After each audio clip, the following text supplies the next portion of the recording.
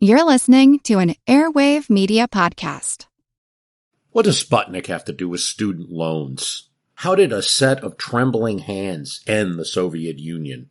How did inflation kill moon bases? And how did a former president decide to run for a second non-consecutive term? These are among the topics we deal with on the My History Can Beat Up Your Politics podcast. We tell stories of history that relate to today's news events. Give a listen. My History Can Beat Up Your Politics, wherever you get podcasts.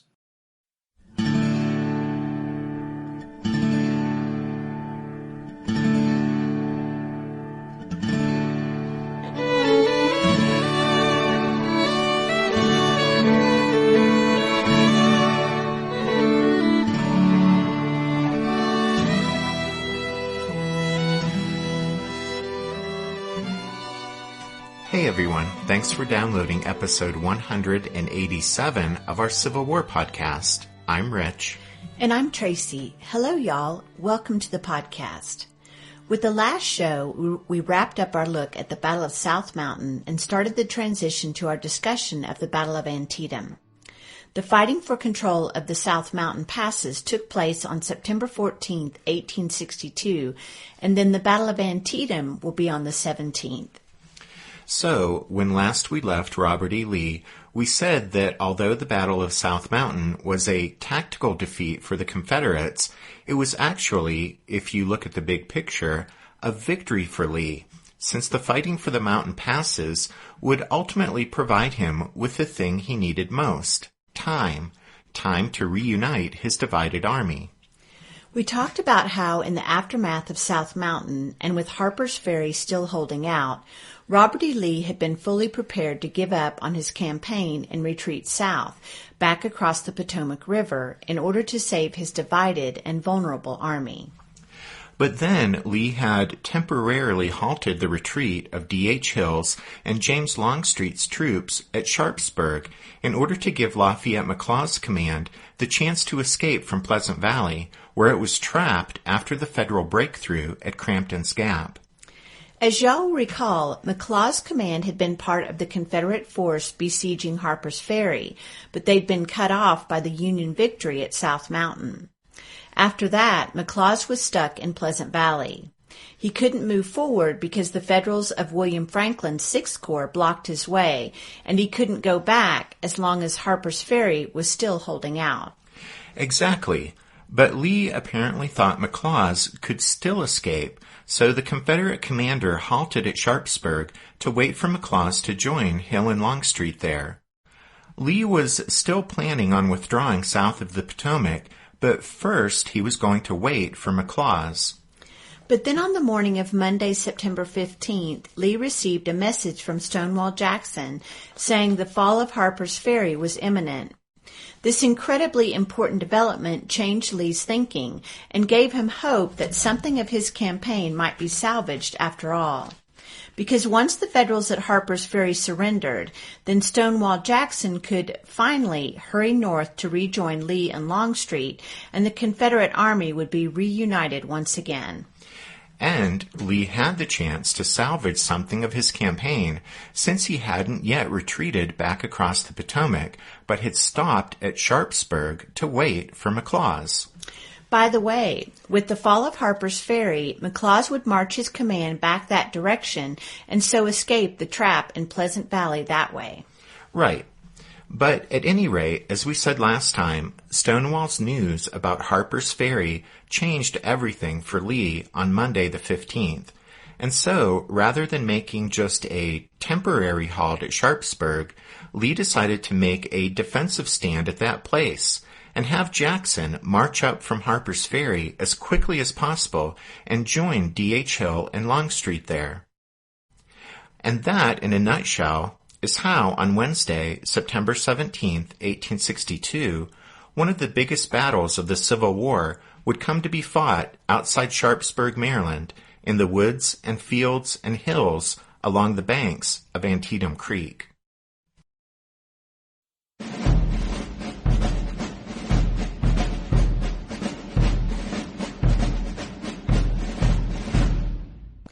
If Robert E. Lee's original plan for his campaign had unfolded without a hitch, there wouldn't have been a battle at Sharpsburg.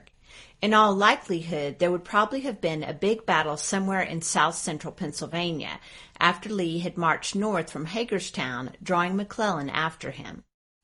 It's interesting to think that if Lee's campaign had gone as he'd planned, there might perhaps have been a battle at Gettysburg up in Pennsylvania in September 1862 rather than in July of 1863. But, as we all know, after Lee divided his army, his plan was derailed when the Federals at Harper's Ferry didn't cooperate with his timetable, and when George McClellan moved faster than Lee expected to throw the Union Army across South Mountain. And so, although Sharpsburg factored into Lee's original plans, really not at all, now, because things had changed so much, one of the biggest battles of the Civil War would be fought on the ground just to the north and east of the town along Antietam Creek. In his book, The Battle of Antietam, The Bloodiest Day, Ted Alexander writes that Antietam is a Delaware Indian word meaning swift-flowing water. The creek is one of the major tributaries of the Potomac River in the area.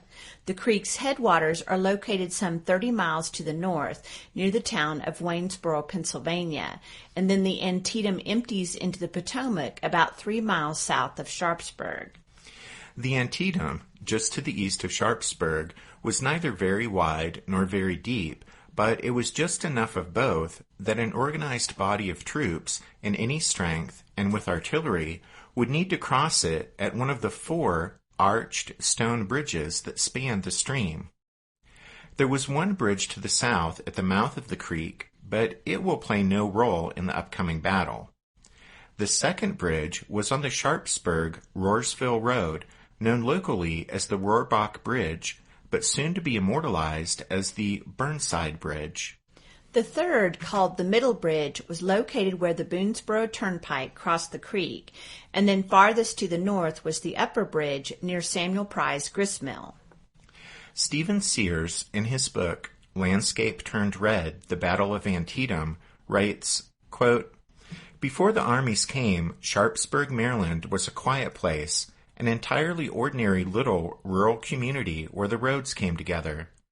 In September 1862, it was just a year short of being a century old, having been founded a dozen years before the Revolution and named in honor of Maryland colonial governor Horatio Sharp. Its main street was called Main Street, and there was the usual proportion of churches and taverns and stores, with the 1,300 residents living in plain frame houses scattered along side streets and lanes." Sears goes on to say that, quote, "A good many of the local farmers were of sturdy German stock, with names like Rohrbach and Mama and Otto and Poffenberger, and they had made the land bloom. In neatly tended fields the corn stood tall, the orchards were heavy with fruit, and the haylofts in the big barns were full. Life in Sharpsburg might have continued on its pleasant, uneventful way, unremarked by history, like 1,000 other little towns dotting the American landscape, except for that suddenly all-important fact that it was the place where the roads came together." Some 3 miles west of Sharpsburg, the Potomac makes its way southward in a series of sweeping bends, while a mile east of the town, Antietam Creek meanders along its generally north-south course. Between the river and the creek, from Sharpsburg, a well-maintained turnpike led to the county seat of Hagerstown, 12 miles to the north. Another 5 miles farther north was the Mason-Dixon line, and beyond that was Pennsylvania. A second turnpike ran northeast through Keedysville to Boonesboro, and a junction there with the National Road. This turnpike was the route followed by both Federals and Confederates on September 15th, after the Battle of South Mountain, that took them to Sharpsburg. And then, from the town, secondary roads went east to Roarsville in Pleasant Valley, and south along the Maryland side of the Potomac to Harper's Ferry. But before the war, traffic on the 2 turnpikes had funneled through Sharpsburg and crossed the Potomac into Virginia and the lower Shenandoah Valley at nearby Shepherdstown, but the bridge there had been burned in 1861, and now the only practicable Potomac crossing in the area for an army was Bottler's Ford, just below Shepherdstown. And so in mid-September 1862, the 3-mile stretch of road between Sharpsburg and Bottler's Ford was the most important of all the area's highways, because it was Lee's lifeline back to Virginia, and should the upcoming battle go against him, it was his only escape route.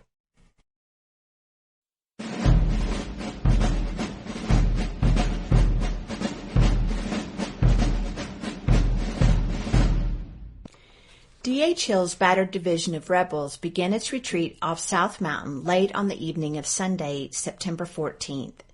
The head of the column tramped southwest on the Boonesboro-Sharpsburg Road.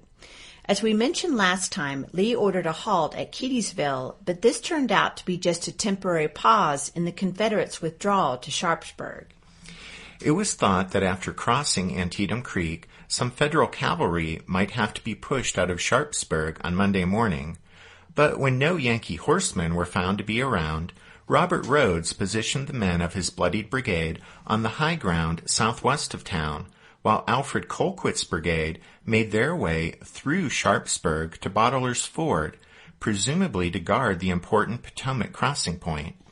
While Rhodes and Colquitt were marching down the main road from Boonesboro to Sharpsburg, Hill's remaining brigades used country lanes to withdraw from South Mountain and reach Boonesboro. Once they reached that place, they followed the same route to Sharpsburg. These were the brigades of Roswell Ripley and G.B. Anderson, and also the fallen Samuel Garland's brigade, now led by Duncan McCrae. The men used the middle bridge to cross Antietam Creek on Monday morning and took up a position above the Boonesboro Pike, just north of Sharpsburg. Harvey Hill accompanied these 3 brigades on their march, and after they'd crossed Antietam Creek, he directed their placement. Here at Sharpsburg, after the Battle of South Mountain, Hill estimated that his division now numbered about 3,000 muskets. What he lacked in infantry, though, he made up in artillery, 26 of his own guns, and another 20 or so from the Army's artillery reserve. James Longstreet made the march to Sharpsburg with D.R. Jones' division. Although everyone was anxious to withdraw from South Mountain on Sunday night before the Yankees pressed their advantage in the morning, Longstreet's troops were forced to wait as the Army's trains followed D.H. Hill's column south. Once the quartermaster, ordnance, ambulance, and commissary wagons did reach Sharpsburg, they continued through the town and halted about halfway to the Potomac. But the Army's trains rolled only slowly southward, and it wasn't until very late on Sunday night that Longstreet was able to start withdrawing his troops from South Mountain. The soldiers of D.R. Jones' division went first, followed by the men of John B. Hood's division. They all made their way to Boonesboro, then to Keedysville, and on to Sharpsburg. According to the esteemed campaign historian Ezra Carman, the Confederate retreat from South Mountain, quote, was not effected without much disorder and some demoralization, and the number of stragglers was very large, particularly in Longstreet's command, which had made a severe march from Hagerstown, some of it very roughly handled by the enemy, and all of it much jaded, end quote. Once D.H. Hill's and Longstreet's men had all arrived at Sharpsburg on Monday, Robert E. Lee had perhaps 15,000 men with him there. 26 of the Army's 40 brigades were still at Harper's Ferry, a hard day's march away by the most direct roads. Lee's troops were not only weak in numbers, but their physical strength had been compromised by weeks of campaigning. There had hardly been a pause after Second Manassas before Lee launched this new campaign, and so the rebel soldiers had already endured weeks of hard marching and a bad or inadequate diet. As was just mentioned, many of Longstreet's men were lost to straggling, and a substantial number of Stonewall Jackson's men would be lost the same way on their march up to Sharpsburg from Harper's Ferry. Thousands of Confederate soldiers were shoeless, their uniforms were in rags, and all were hungry. The recollections of Private W.B. Judkins of the 22nd Georgia reveal the degree to which hunger colored the average Confederate soldier's experience of the Maryland campaign. Judkins spends far more time writing about foraging and scrounging for food than about combat. On the march to Sharpsburg, he risked arrest to raid a farmyard. He climbed a stone fence and crammed his pockets and his mouth with grapes and some other fruit that was unknown to him.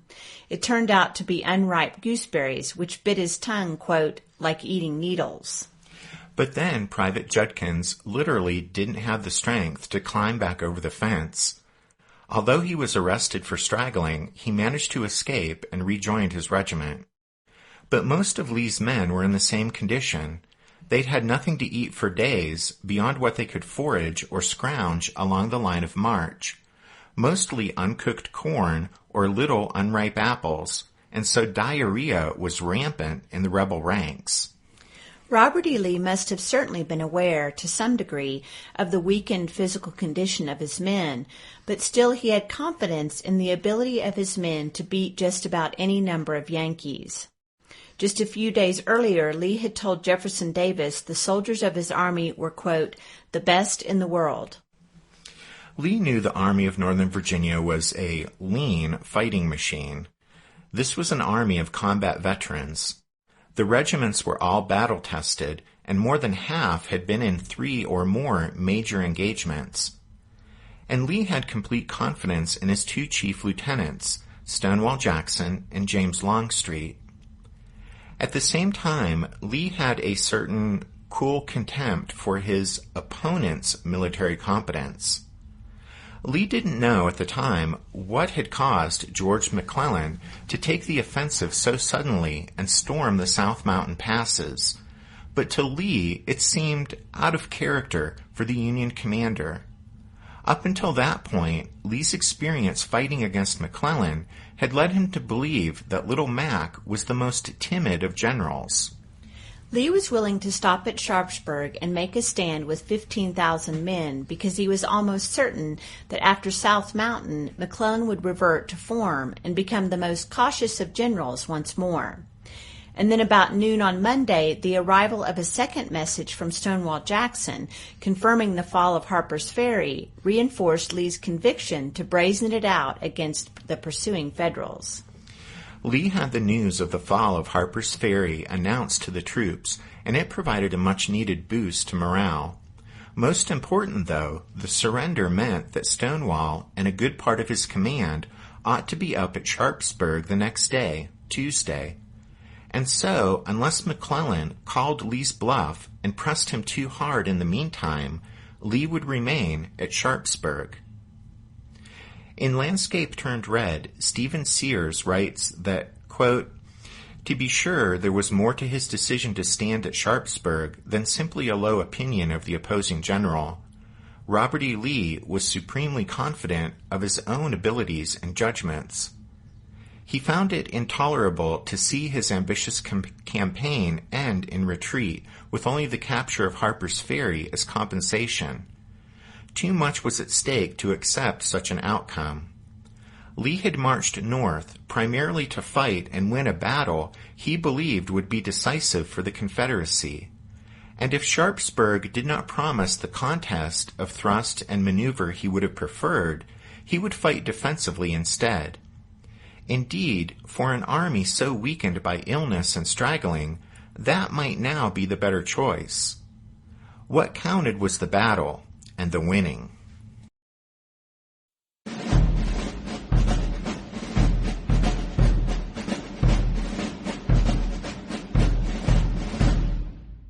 Did archaeologists discover Noah's Ark? Is the rapture coming as soon as the Euphrates River dries up? Does the Bible condemn abortion? Don't you wish you had a trustworthy academic resource to help make sense of all of this?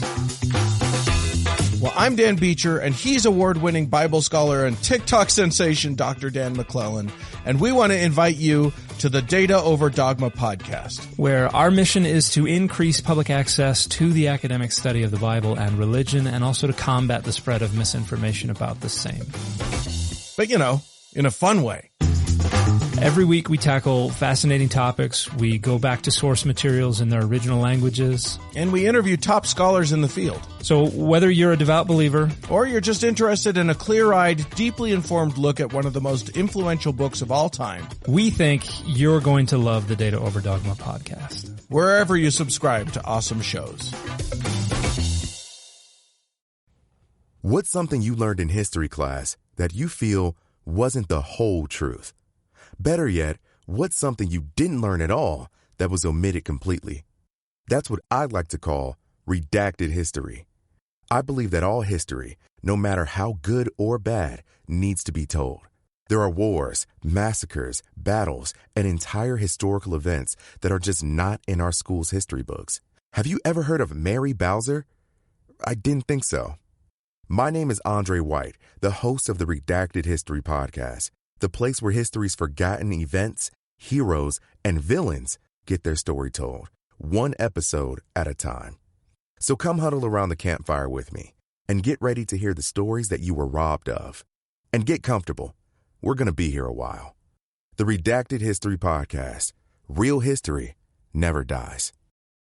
Stream the Redacted History Podcast on Apple Podcasts, Spotify, or wherever else you get your podcasts. At first light on Monday, September 15th, federal skirmishers on South Mountain at Turner's Gap and Fox's Gap cautiously advanced and discovered that the rebels had slipped away in the darkness. McClellan quickly issued orders for a pursuit of the retreating enemy. The 1st, 2nd, and 12th Corps were to use the National Road to march to Boonesboro, while the 9th Corps and George Sykes' division of the 5th Corps followed the old Sharpsburg Road, which descended from Fox's Gap. These routes took the troops past the positions held by the Confederates during the previous day's fighting. It was a rare experience for the Federal soldiers, that is, moving across the battlefield after a victorious fight, and many of the men recorded their impressions in their diaries and in letters home. Burial details were put to work, and in one of South Mountain's more infamous stories, one party of Union soldiers hit on the labor-saving scheme of throwing the bodies of dead rebels down Farmer Wise's well. Daniel Wise's well thus became the final resting place for 58 Confederate soldiers.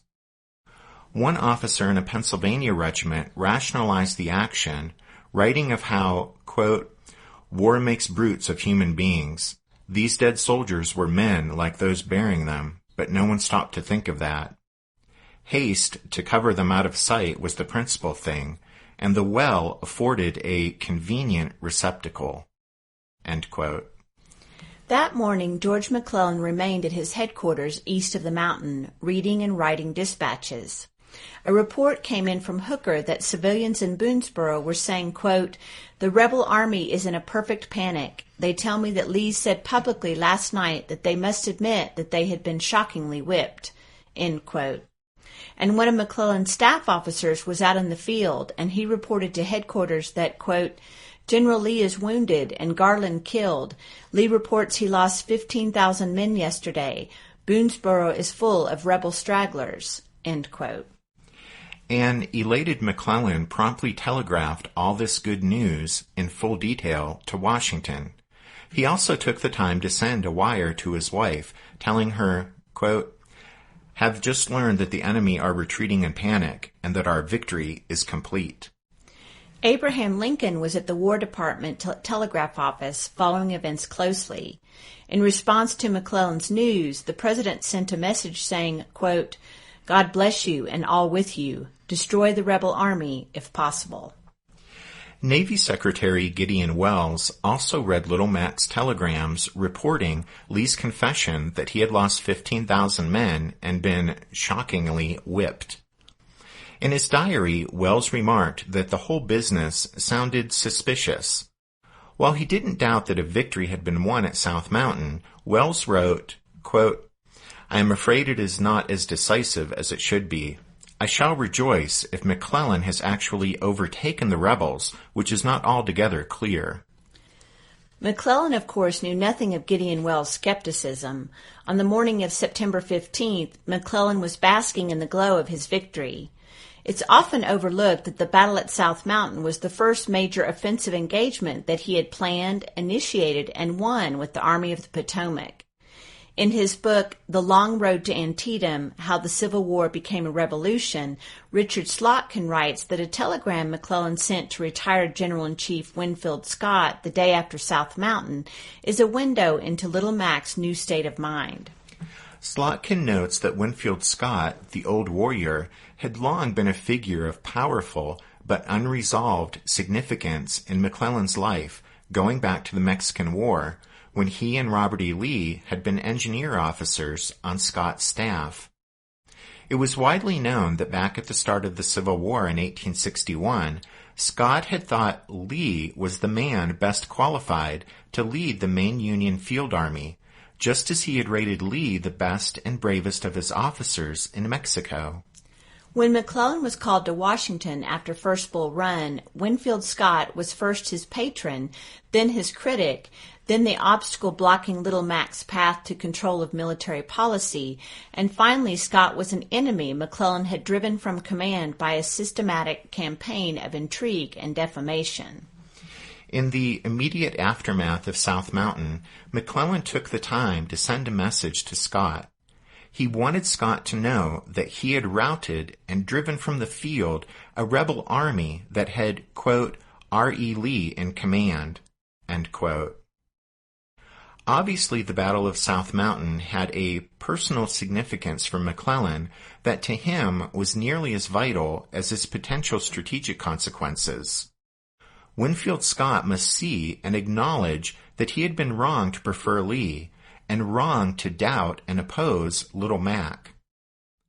McClellan was almost also certainly thinking about how the victory at South Mountain would provide him with ammunition he could use against his radical Republican political enemies in Washington, those who had insultingly characterized him as a procrastinator, a coward, even a traitor.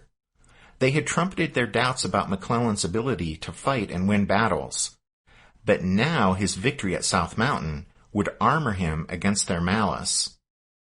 Yes, on the morning of Monday, September 15th, George McClellan was feeling pretty good indeed.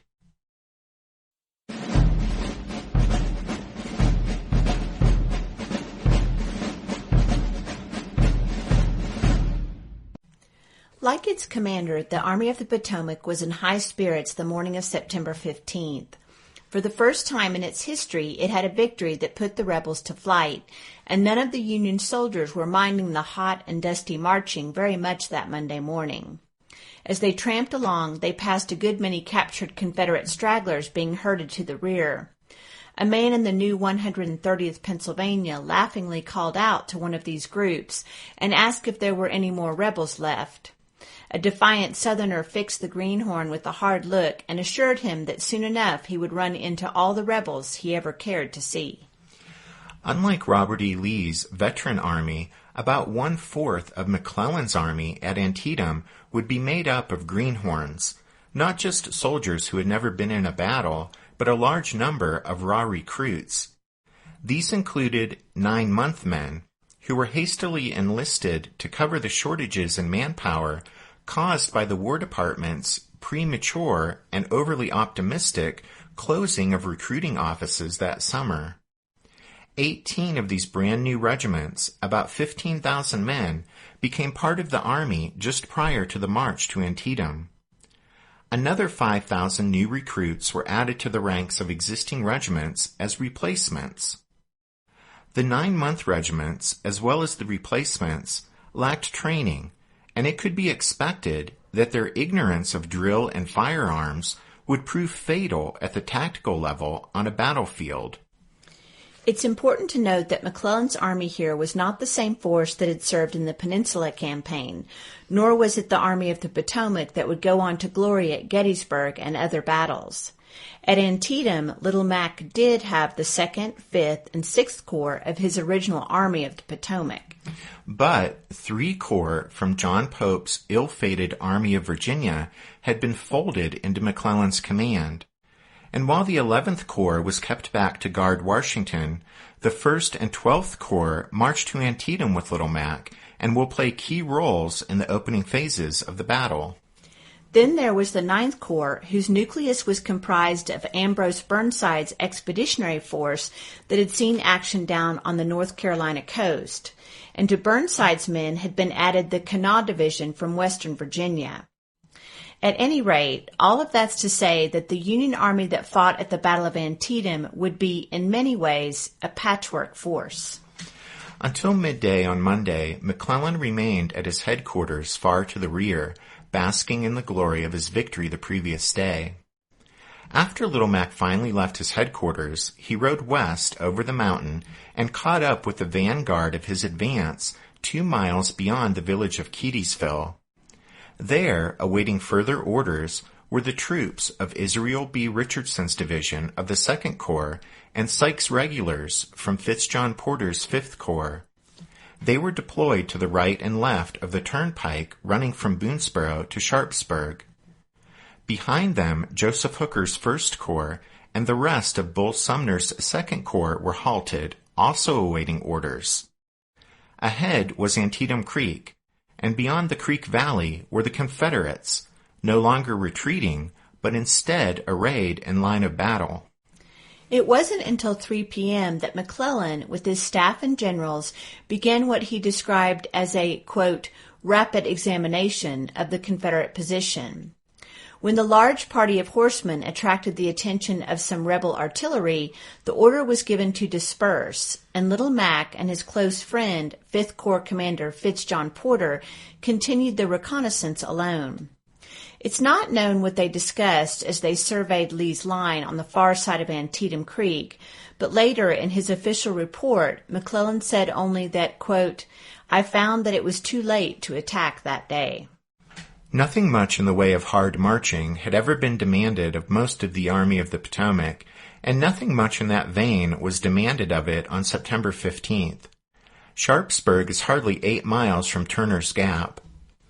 With perfect 20/20 hindsight, it's abundantly clear that if McClellan would have acted aggressively that Monday afternoon and immediately thrown his men across the Antietam, Lee's force would have been routed. As we said, Lee at that moment had probably 15,000 men at Sharpsburg, while McClellan had well over twice that number immediately at hand. But George McClellan, to put it mildly, was never at his best when confronted with the unexpected. And here, on Monday afternoon, was something totally unexpected. By all logic, Little Mac should be seeing merely a rebel rear guard across the way, left behind by Lee to protect the main body of Confederate troops as it hurried to get across the Potomac. But instead, there was General Lee, defiant and in apparent strength on the far side of the Antietam. It was a surprising development, to be sure, the kind of thing that, to McClellan's mind, required careful further study. And so Little Mac decided, as he said, that it was too late to attack that day. Actually, in reality, McClellan had never planned on having to fight on the 15th. Truth be told, the day after his glorious victory at South Mountain, all Little Mac had expected to do was to see the panicked rebels off in their flight from northern soil. Yet there was General Lee on the far side of Antietam Creek, drawn up in line of battle. And so George McClellan decided that tomorrow, yes, tomorrow would be soon enough to deal with the unexpected, troublesome presence of this large enemy force drawn up over on the far side of the Antietam.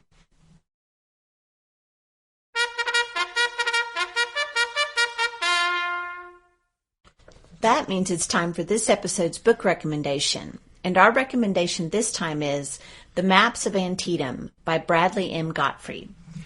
This book is part of a series of detailed Civil War military atlases that the publisher Savas Beatty has put out, and we're big fans of these books.